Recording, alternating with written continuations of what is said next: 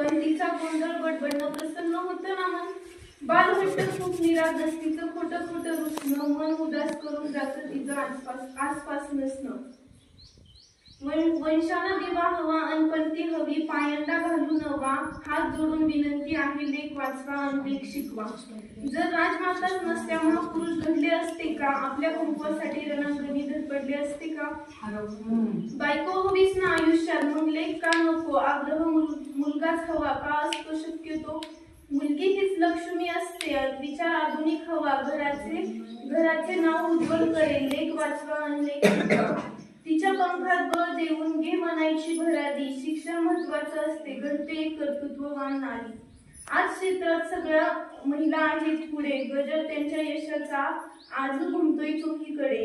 देऊया समतेचा नारा, मुलगा मुलगी समतोल राहावा, घरातली तुळस जणू ती लेख वाचवा अन लेख शिकवा.